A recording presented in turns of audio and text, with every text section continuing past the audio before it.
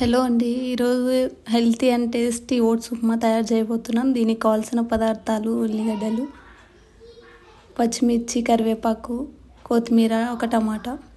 ఇవి మనకు కావాల్సిన క్వాంటిటీలో తీసుకొని కట్ చేసుకొని పెట్టుకోవాలి.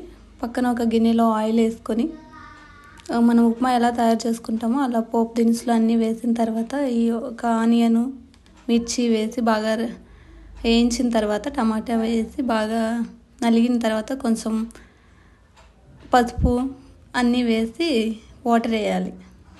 అలా బాగా మరిగిన తర్వాత వాటర్లో ఓట్స్ తీసుకొని వేసి బాగా ఒక 10 నిమిషాలు ఉడికించాలి. అలా ఉడికించి దగ్గర పడ్డాక స్టవ్ ఆఫ్ చేసేసేయాలి.